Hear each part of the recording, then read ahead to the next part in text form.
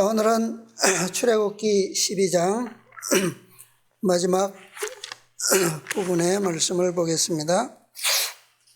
출애굽기 12장 31절로 36절입니다.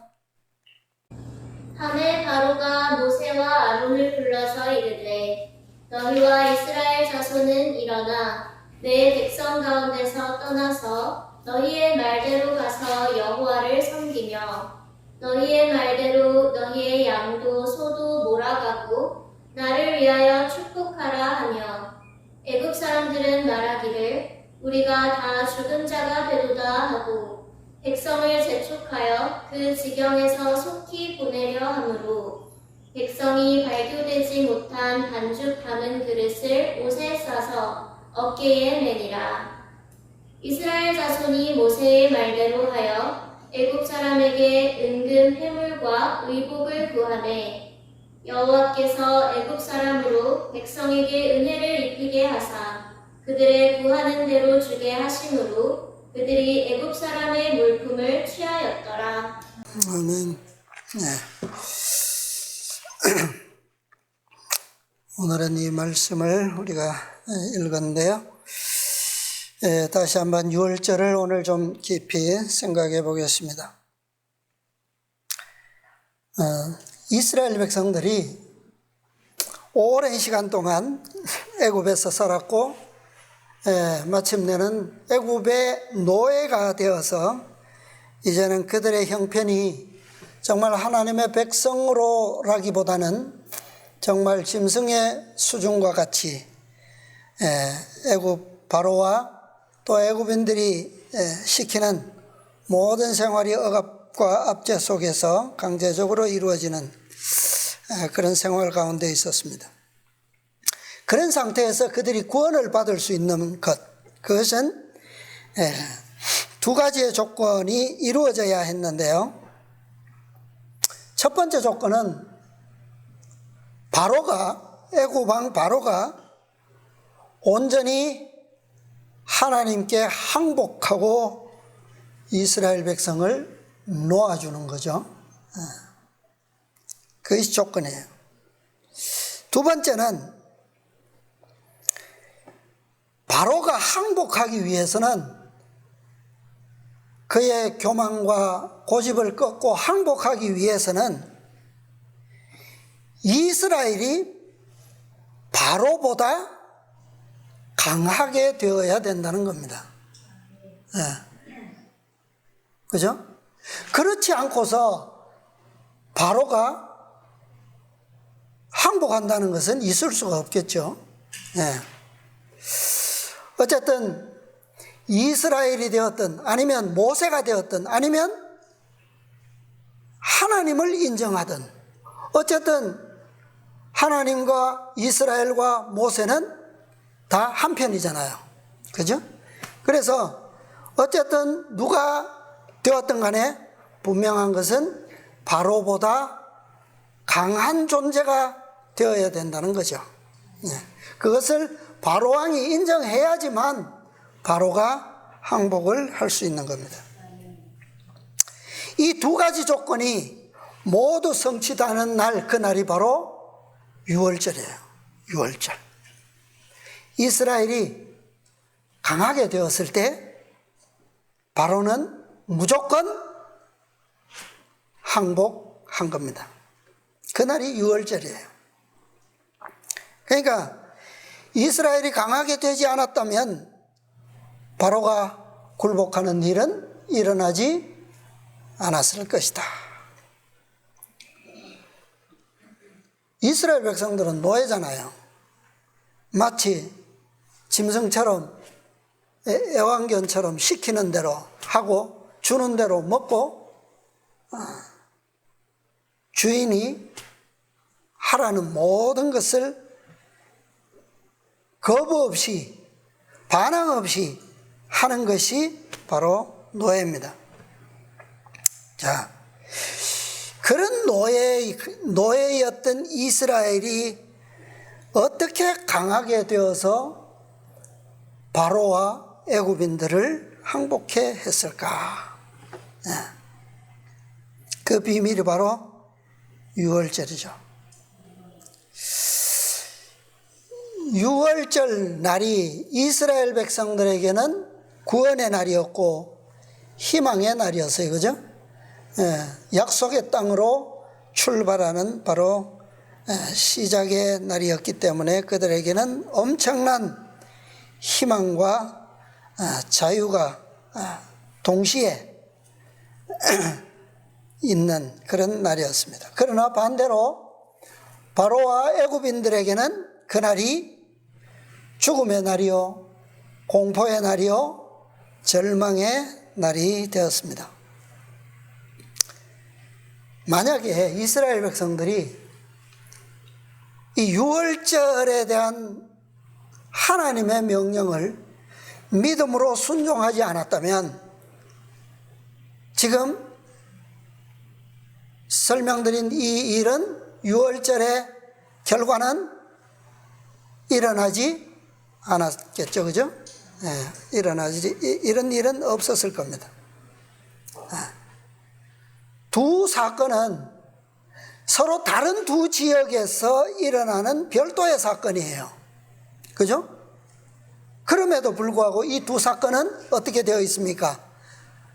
하나의 사건처럼 밀접하게 연결되어 있는 거예요. 왜냐하면 이 두 지역의 사건을 한 천사가 생명과 죽음을 동시에 관장하기 때문입니다. 그죠? 두 천사가 와서 한 천사는 애굽으로 가고 한 천사는 고센으로 가고 그러지 않았어요. 한 천사가 와서 생명과 죽음을 둘 다 다스렸습니다. 만약에 이스라엘 백성들이 양을 잡고 그 피를 그 집들의 문에 뿌리지 않았다면 죽음의 천사는 어디로 갈 수가 없어요? 애굽으로 갈 수가 없었습니다. 이스라엘을 먼저 와서 이스라엘의 집들을 먼저 넘어야지만 애굽인들의 땅으로 그 천사가 갈 수가 있었어요. 이스라엘을 넘지 못하면 애굽을 심판할 수가 없습니다. 왜? 한 천사가 이 일을 감당하기 때문에. 유월절 할 때 이 유월은 한자로 보면 넘을 유자에 넘을 월자입니다. 넘고 또 넘는다. 넘고 또 넘어서 멀어져가는 그것이 유월이에요. 그러니까 유월절은 애굽 백성들에게 유월절이 아니요 누구에게 유월절입니까? 이스라엘 백성들에게 유월절이에요. 그러니까 이스라엘 백성들 입장에서 보면 죽음의 천사가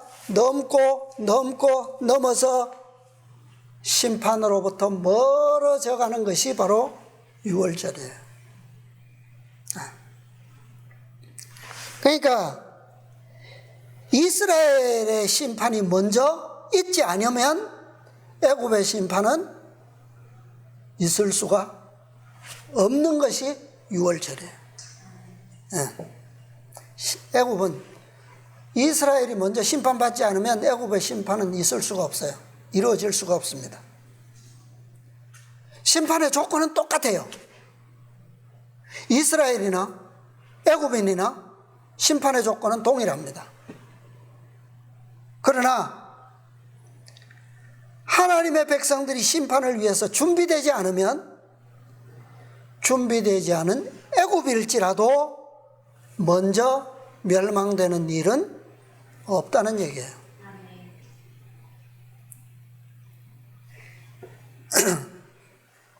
이스라엘이 심판을 위한 준비로서 유월절을 지키는 겁니다. 유월절을 통해서 그들이 어떻게 된다는 말입니까? 그것은 애굽을 심판하기 위해서는, 바로왕이 항복하고 굴복되기 위해서는 이스라엘이 어떻게 되어야 된다고요? 그들보다 더 강하게 되어야 된다. 그렇게 되었을 때 죽음의 천사는 이스라엘을 넘을 수밖에 없었고, 애굽은 뭐 할 수밖에 없어요? 심판할 수밖에 없게 되는 겁니다. 자, 죽음의 천사가 이스라엘을 그냥 넘어갔다, 유월했다, 넘고 또 넘어갔다. 이 말은 그냥 봐준다는 말이 아니에요. 인간은 그럴 수 있잖아요, 그죠? 사람은 봐줄 수 있어요, 그죠? 아까처럼 선행을 많이, 생전에 선행을 많이 쌓으면 그런데 이스라엘이 뭐 덕을 쌓았나요? 선행을 많이 했나요? 하나님의 율법을 잘 지켰나요? 그러면 그냥 넘어간다는 말은 있을 수가 없겠죠? 예. 자, 여기에 죽음의 천사가 6월 넘어갔다라고 하는 말은 죽음의 천사가 심판의 천사지만 이스라엘 백성들의 집에는 뭐 할 수가 없다는 말입니까? 그 집은 들어갈 수가 없다는 말이죠. 왜 들어갈 수가 없을까요? 이미 그 집은 무엇을 받았다는 말이에요? 이미 심판을 받았다는 말이에요. 그는 무엇으로 왔기 때문에, 어떤 일로 왔기 때문에, 심판에 멸망하는 천사로 왔기 때문에 이스라엘 집에는 이미 심판받았다는 증거가 대문에 다 있기 때문에 들어갈 필요도 없고 들어갈 허락도 받지 않은 거예요. 네. 이것이 바로 이스라엘의 뭐라고요? 강함이다. 이것이 바로 애굽의 교만을, 바로의 교만을 꺾을 수 있었다라고 하는 겁니다. 이스라엘 백성들이 유월절을 지키는데, 자, 출애굽할 때 몇 명이 나왔다고요? 60만, 장장만 60만 3,550명 맞나요? 뭐 아무튼 60만 명이 넘는 숫자죠.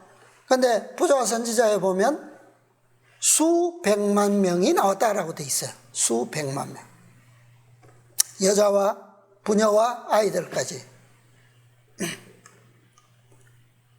자, 그런데 죽음의 천사가 이스라엘 백성들의 집을 넘어갔다라고 하는 말 안에는 그토록 많은 수백만의 이스라엘 백성들이 한결같이 다 어떻게 했다는 말입니까?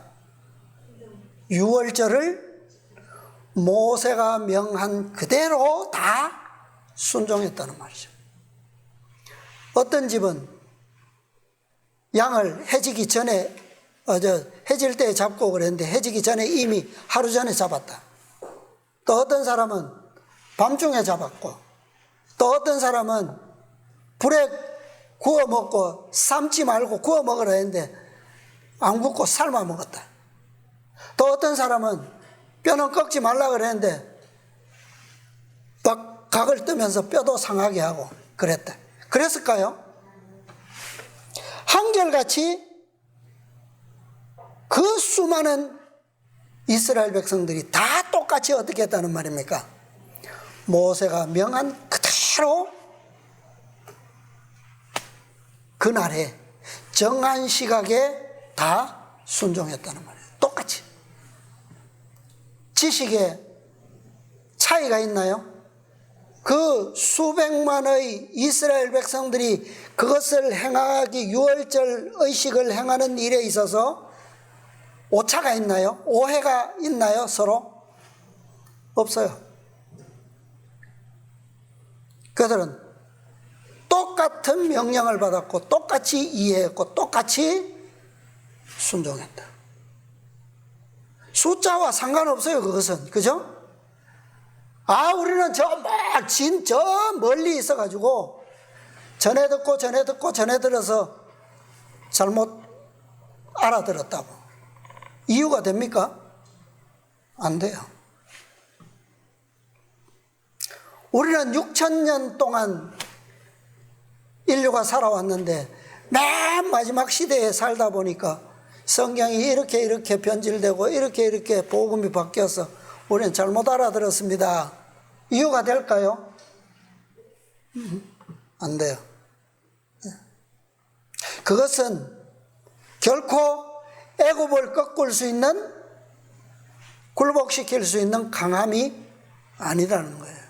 그죠? 바로왕의 교만을 꺾을 수 있는 유일한 것은 뭡니까? 말씀하신 그대로예요. 그대로. 그것이 내 마음에 맞든지 맞지 않든지 상관없어요.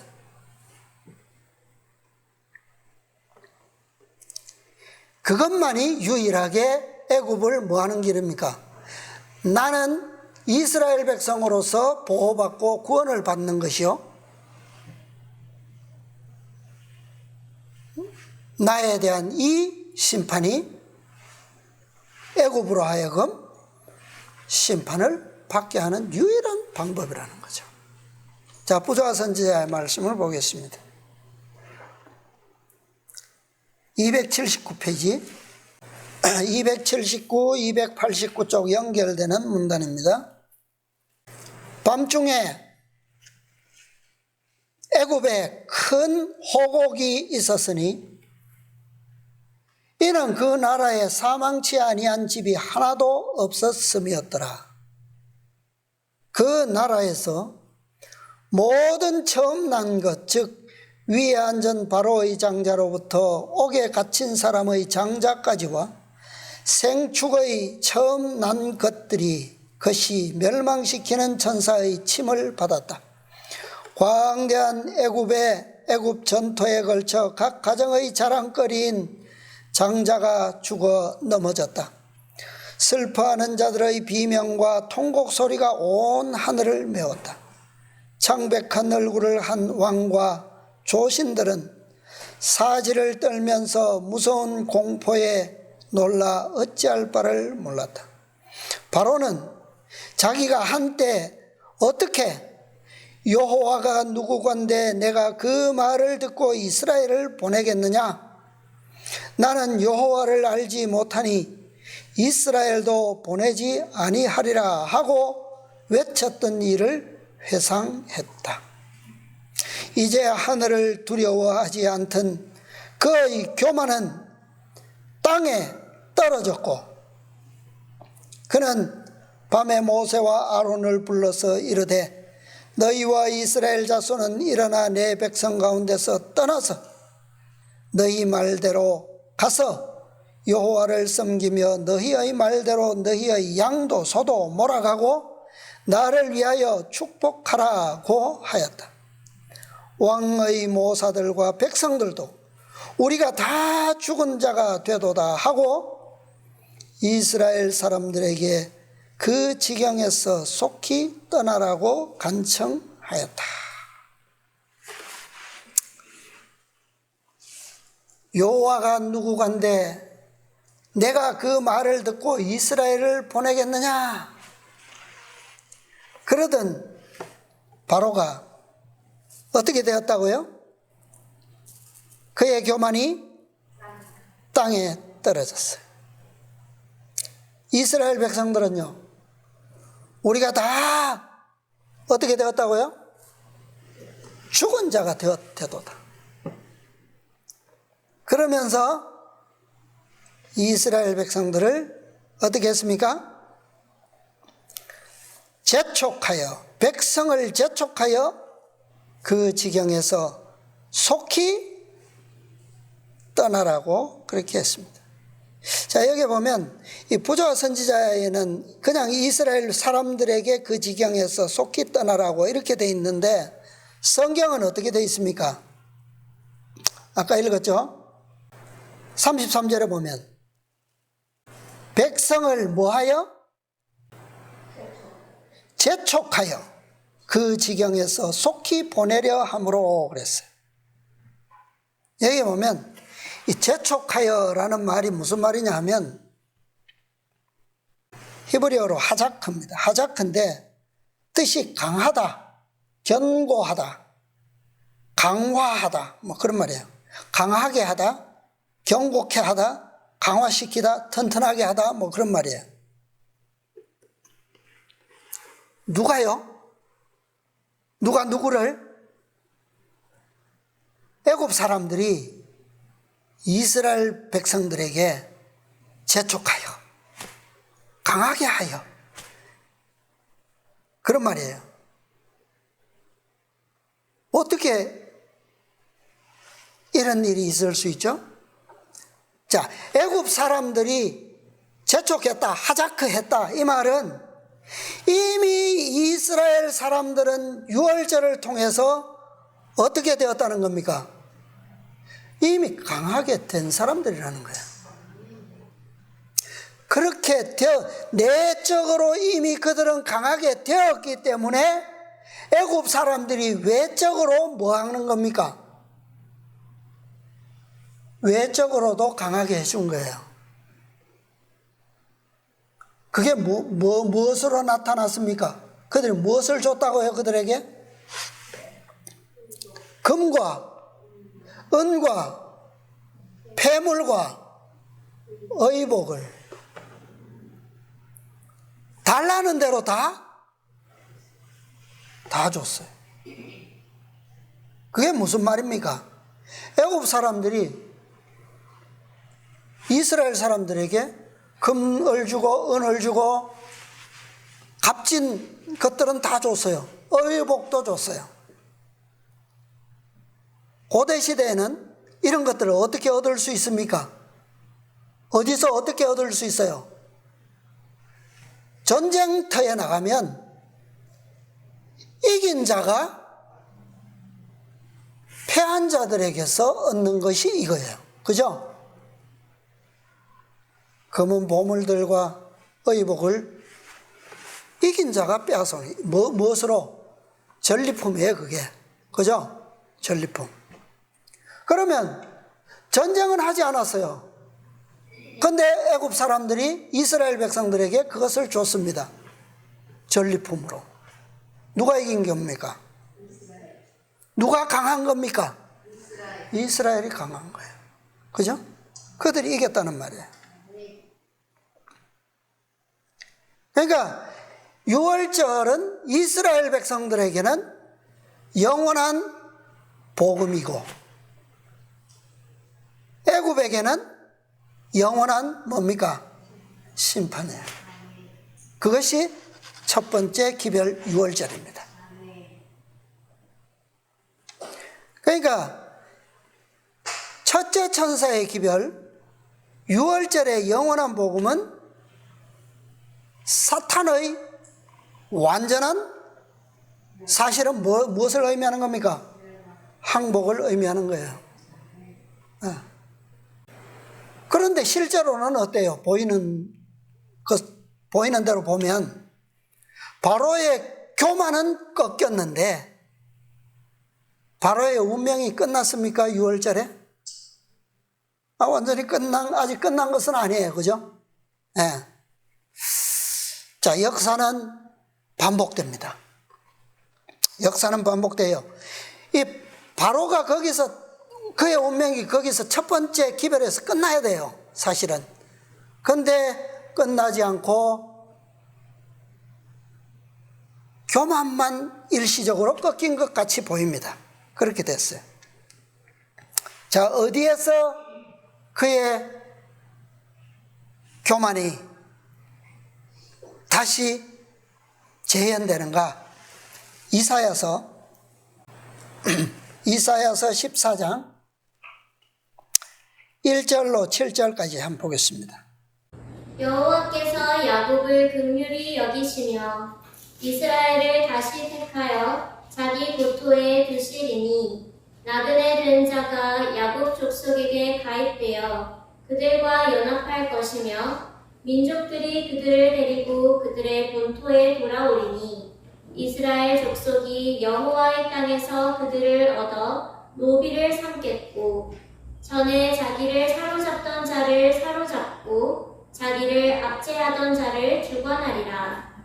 여호와께서 너를 슬픔과 곤고와 및 너의 수고하는 구역에서 놓으시고 안식을 주시는 날에 너는 바벨론 왕에 대하여 이 노래를 지어 이르기를 학대하던 자가 어찌 그리 그쳤으며 강포한 성이 어찌 그리 폐하였는고 여호와께서 악인의 몽둥이와 패권자의 뿔을 꺾으셨도다. 그들이 분내어 여러 민족을 치되 시기를 맞이 아니하였고 노하여 열방을 억압하여도 그 억압을 막을 자 없었더니 이제는 온 땅이 평안하고 정온하니 우리가 소리질러 노래하는도다. 예. 자, 여기 보니까 이 상황이 지금 이스라엘 백성들이 애굽의 노예로부터 약속의 땅으로 돌아갈 때에 일어났던 유월절의 상황, 노임을 받던 그날의 상황과 비슷해요. 그죠? 그런데 실제로 이 상황은 언제 상황입니까? 이사야서의 상황은 누구에게? 바벨론에게 대하여 이 말씀을 기록하고 있어요. 그러니까 이스라엘을 학대하던 자가 애굽왕 바로에게서 누구로 지금 바뀐 거예요? 바벨론 왕으로 바뀐 거예요. 그죠? 그러니까 똑같이 지금 이 상황이, 이 역사가 재현되는 겁니다. 그래서 애굽왕의 운명이 6월절에 완전히 끝나지 않고 어디에 가서요? 후세대에 가서 다시 재현되는 거예요. 그래서 기별은 계속 연속되고 그 시대의 역사는 다시 반복되고 이렇게 마지막까지 흘러오는 겁니다. 자, 교회정안에 보면 교회정안 5권 119, 120 5정안 119, 120쪽입니다. 첫째 빛과 그 후 계속된 다른 빗줄기를 거절함으로써 바로의 마음의 강팍의 정도는 점점 굳어졌고 마침내 장자의 싸늘하고 죽은 모습에서 다만 일시적으로 그의 불신과 고집이 저지되었을 뿐이었다. 그리하여 하나님의 뜻에 굴복하지 않기로 결심한 그는 마침내 홍해의 물에 휩쓸려 버릴 때까지 외고집의 자기 길을 계속해 달려갔다. 바로의 운명이 어디에서 끝났나고요? 홍해의 물에서. 이게 언제입니까? 이것은 이스라엘 백성들에게 몇 번째로 기별이 올 때예요? 두 번째 기별이 올 때 상황이에요. 그러니까 분명히 이스라엘 백성들은 구원은 어디에서 확실해졌어요? 6월절 첫째 기별에서 확실해졌습니다. 그때 누가 죽임을 당했습니까? 양이. 하나님의 아들 예수 그리스도께서 이스라엘을 위해서 죽으셨어요. 그들의 구원은 그것으로 확정된 겁니다. 확고해졌어요. 그죠? 어떤 불확실성이 없습니다. 완전했어요. 왜요? 6월절의 구원이 뭐 어중간한 구원입니까 그게? 확실한 구원이에요. 그런데 바로가 그 첫째 기별에서 운명이 끝나야 맞는데 끝나지 않고 그냥 일시적으로 교만이 꺾일 뿐이었어요. 그런데 그의 운명은, 최후의 운명은 어디에서 맞는다고요? 홍해에서 맞게 된다는 거예요. 자, 바로와 애굽인들은 바다에서 그의 마지막 운명을 끝낼 것이에요. 끝나게 됩니다. 마찬가지로 이스라엘을 후대 역사에서 이스라엘을 괴롭힌 바벨론도 마지막 최후의 싸움을 어디에서 한다고요? 바다에서 할 겁니다. 바다에서. 그리고 거기서 이스라엘의 대적들의 운명이 끝나요. 계시록 12장, 요한계시록 12장 17절에 어떤 말씀이 있죠? 용이 여자에게 분노하여 돌아가서 어디에 섭니까? 여자의 남은 자손 곧 하나님의 계명을 지키며 예수의 증거를 가진 자들과 싸우기 위해서 바다 모래 위에 섰더라. 이 싸움의 결론은 뭘까요? 바다 모래 위에서 마지막 싸움을 위해서 서 있습니다. 그런데 이 싸움의 결론이 어떻게 되죠? 우리가 요즘 얼마 전까지 목사님의 다니엘서 강해를 통해서 많이 들어왔죠. 다니엘서 11장 45절에 결론이 나오죠. 그가 장막 궁전을 어디에 베푼다고요? 바다와 영화롭고 거룩한 산 사이에 베풀 것이나 무엇이 이른다고요? 그의 끝이 이르리니 도와줄 자가 있으리라 없으리라. 네. 이것이 역사의 반복이고 애굽의 운명의 종말입니다. 자, 다시 돌아가서 애굽이 심판을 받았다고 해서 그 심판과 멸망의 능력이 이스라엘 백성들에게 나온 겁니까? 그들의 능력인가요? 네, 아니죠. 이스라엘의 능력으로 된 것은 아니에요. 그들이 강하게 된 것은 맞지만, 그죠? 그들이 강하게 된 것도, 그 다음에 애굽이 심판받은 것도 그들의 능력으로 된 것은 아니에요. 그것처럼 모든 사건들은 하나님의 백성들 교회와 연결되어 있습니다. 그러나 세상과 바빌론이 무너지는 것은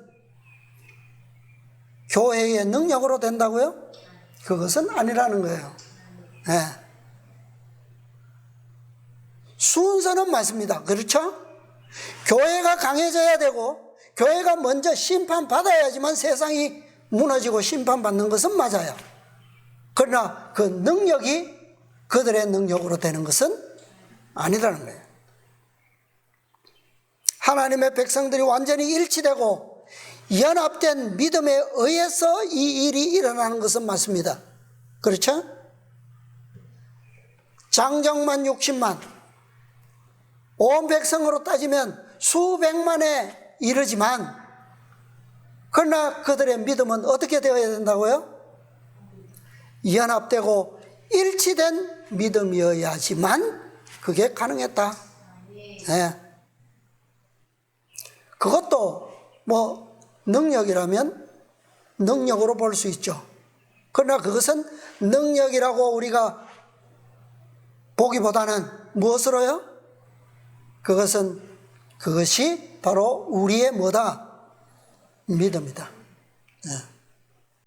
왜? 그 믿음에 의해서만 누구의 능력이 역사될 수가 있어요? 하나님의 능력이 행사될 수 있다는 거예요. 네. 우리는 그분이 역사하시는 그 능력에 대한 무엇일 뿐입니까? 도구요, 통로일 뿐이에요. 그죠? 능력 자체가 아니에요. 네. 자, 부조와 선지자 다시 한 말씀 보겠습니다. 부조 278, 279. 백성들은 이 명령을 순종함으로 그들의 믿음에 대한 무엇을 나타내야 한다고요? 증거. 증거, 믿음에 대한 증거. 그와 마찬가지로 그리스도의 보혈의 공로로 구원을 얻기를 바라는 사람들은 모두 그들의 구원을 확보하기 위하여 그들 스스로 해야 할 일이 있다는 것을 깨달아야 한다. 우리는 범죄의 형벌에서 속량하실 수 있는 분은 오직 그리스도뿐이시지만 우리가 할 일은 죄에서 순종으로 돌아서는 것이다. 사람은 행함이 아닌 믿음으로 구원을 얻게 되어 있다. 이스라엘 백성들이 유월절에 순종하고 행함으로 구원을 얻지 않았습니까? 그들이 순종하고 행함에 있어서 그 자체에 구원의 능력이 있었나요? 그것은 아니에요. 그죠? 그들이 양을 잡고 그 피를 뿌린 그 행위 자체가 그들이 구원을 받을 어떤 공로가 되었습니까? 그게 아니에요. 그러나 그의 믿음은 무엇으로 말미암아 나타나야 한다고요? 행함으로 말미암아 나타나야 한다. 그 행위는 공로로서가 아니고 그들이 가진 믿음에 대한 표현일 뿐이죠. 표현. 그것이 무엇으로요? 순종과 행위로서. 인간의 행위는 어떤 행위도 구원을 줄 수 있는 공로가 될 수는 없죠. 그것이 유월절이 가리키는 순종입니다. 순종의 모든 행위는 오직 믿음에 대한 하나님께서 주신 명령과 지식에 대한 뭐예요? 긍정과 예스에 대한 표현일 뿐입니다. 하나님께서는 그것을 굳이 뭐 하라고요? 믿음의 표를 하도록 하셨어요. 그죠? 믿기만 하라. 그렇게 하시지 않고 어떻게 해요? 믿음의 표시를 하도록 하셨어요. 그리고 하나님께서 보내신 죽음의 천사는 오직 그 표시만을 읽습니다. 다른 것은 읽지 않아요. 무엇을 읽는다고요? 이스라엘 백성들이 문 기둥과 문 설주에 표해놓은 그 표시만 읽을 수가 있어요. 믿음으로 구원을 얻느냐 아니면 행함으로 구원을 얻느냐, 이것은 절대로 논란의 여지가 될 수 없습니다. 없어요. 이유가 없어요. 그것은. 자, 그 다음에 계속 보겠습니다. 하나님께서 당신의 아들을 주셔서 죄를 위한 화목 제물로 죽게 하셨다. 이것이 뭐예요? 이것이 구원의 능력이에요. 그는 진리의 빛과 생명의 길을 나타내 보이셨고 의식들과 특권을 주셨다. 이것이 구원의 실체예요. 그러므로 인간은 이러한 구원의 방편들로 더불어 뭐 해야 하고? 협력해야 하고. 이 협력이 뭐라고요? 믿음의 표현이다 라고 하는 거예요. 하나님께서 준비해 놓으신 도움들을 어떻게 해요? 감사함으로 사용해야 하며, 이것도 뭐라고요? 이것도 역시 믿음의 표현이다. 하나님의 모든 요구들을 어떻게 해요? 믿고 순종해야 한다. 이 모든 것이 뭐라고요? 믿음의 표현이다. 믿음을 나타내는 증거다. 그 순종하는 어떤 행위 자체에 뭐가 있는 게 아니라는 거예요. 그것은 그냥 표현일 뿐이고 표시일 뿐입니다. 모세가 그들의 구원을 위하여 하나님의 준비하신 것들을 이스라엘 백성에게 자세히 이야기해 주었을 때에 백성이 머리 숙여 뭐하니라? 경배하니라. 이것이 우리가 예배드리는 목적이에요. 우리의 예배에 뭐가 있는 게 아니에요. 그죠? 이것이 예배드리는 목적입니다. 자유를 얻게 된다는 기쁜 소망과 그들을 학대하던 자들에게 임할 절박한 재앙에 대한 무서운 소식과 그들의 임박한 출발에 따르는 수고와 활동들 등 이 모든 것들이 얼마 동안 그들로 하여금 은혜로우신 구원자에 대한 감사로 도취되게 했다.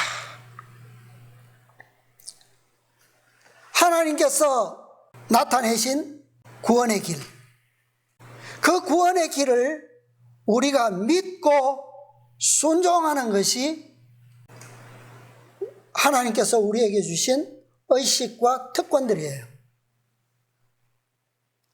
이것이 구원을 주신 분을 뭐 하는 거라고요? 경배하는 것, 예배하는 겁니다. 이 구원에 대한 감사의 경배가 이스라엘 백성들에게는 얼마 동안 도취되었지만 사실은 이 경배가 얼마 동안이 아니라 어떻게 해요? 믿음으로 끝까지 지속되게 하는 것이 우리의 특권입니다. 이것이 예수님께서 사마리아로 가셔서 야고보의 우물가에서 여인을 만나셨을 때 그에게 주신 기별이에요. 이것이 바로 신령과 진리로 예배하는 때라는 말입니다. 그죠? 우리는 이 앞으로 이스라엘 백성들이 홍해 바다 앞에서 갇히게 되었던 것처럼 우리도 우리의 앞에도 그런 공포와 두려움으로 둘러싸이는 그런 때가 있을 겁니다. 이스라엘 백성들은 그 순간에 다 뭐 했어요? 두려웠습니다. 두려웠어요. 예언의 신에 보면 그들은 다 두려워했어요. 왜요? 무엇이 보이지 않습니까? 길이 보이지 않아요. 앞에는 깊은 바다가, 흑암의 바다가 가로막고 있고 양옆으로는 오르지 못하는 높은 험준한 산맥의 절벽들이 둘러싸여 있고 뒤로는 말과 병거들로 혁혁거리는 바로의 군대가 쫓아오고 있어요. 막고 있어요. 네.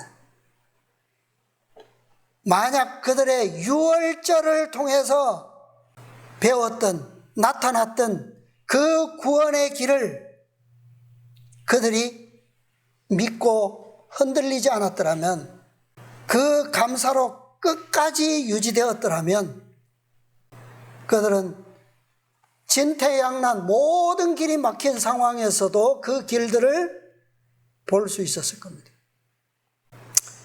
그런데 그들은 잠시 동안만 그 감사로 도취되어 있었어요.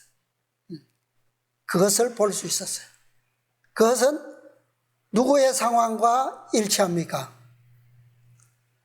애굽왕 바로가 유월절 운명에서 끝나지 않았던 것과 일치하는 거예요. 만약에 그들의 구원이, 그 유월절의 구원이 끝까지 그들의 믿음으로 살아 있었더라면 바로는 거기서 운명이 끝났을 거예요. 그랬더라면 홍해가 막히고 양편에 절벽이 막혔을지라도 뒤에는 뭐가 있었을까요? 길이 있었잖아요. 그죠? 그 6월절의 믿음을 끝까지 그들이 행사하지 못하므로 그들이 나타냈던 그 수백만의 이스라엘이 일치하는 연합된 믿음, 그 6월절의 믿음이 광야를 쫓아오면서 어떻게 돼버렸어요? 점점 피곤해지고 길이 힘들어지고, 이 길이 약속의 땅으로 가는 길이 아니라 어디로 가는 길이었어요? 이게 남쪽으로 바다를 향해 가는 길이라는 것을 그들이 깨달을 때에 그들의 구원받은 기쁨과 감사의 믿음은 흔들리기 시작한 겁니다. 우리도 그러한 때가 올 거예요. 그러한 때가 앞으로 있을 겁니다. 피할 길이 없는 것처럼 보이고, 이때는 사실 이스라엘 백성 모두가 피할 길을 열어주시는 하나님께 대한 지식이 부족했기 때문에 부족했어요. 단지 6월절 심판에 대한 길만 알았어요. 어떠한 어려움의 상황에서도, 진퇴양난의 상황에서도 하나님께서는 구원의 길을 여시는 분이시라고 하는 증거가 부족했다는 말입니다. 없었어요. 네. 그러나 오늘날 우리는 어떻습니까?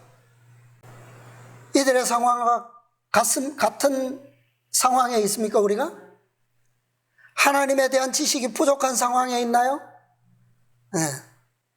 우리는 이 구원의 역사들을 수천 년 동안 당신의 백성들에게 베푸신 하나님의 역사들을 통해서 우리는 그분의 지식으로 준비되어 있습니다. 그러나 현실을 볼 때는 또 어떨까요? 또 흔들릴 사람이 있다는 얘기죠. 우리에게는 모든 지식을 주셨고 모든 증거들을 주셨어요. 그죠? 그래서 우리가 오늘 무엇이 필요한 겁니까? 끊임없이, 자, 우리 교과 시간에도 보았지만 개혁자들이 그들의 신앙과 믿음에 확고하게 설 수 있었던 이유는 뭐라고요? 무엇을 연구함으로? 말씀을 연구함으로. 그것이 뭐예요? 그것이 하나님께 대한 어떠한 경우, 어떠한 상황에서도, 어떠한 위기에서도 피할 길을 여시는 하나님께 대한 지식을 취하는 유일한 방법이기 때문에. 네.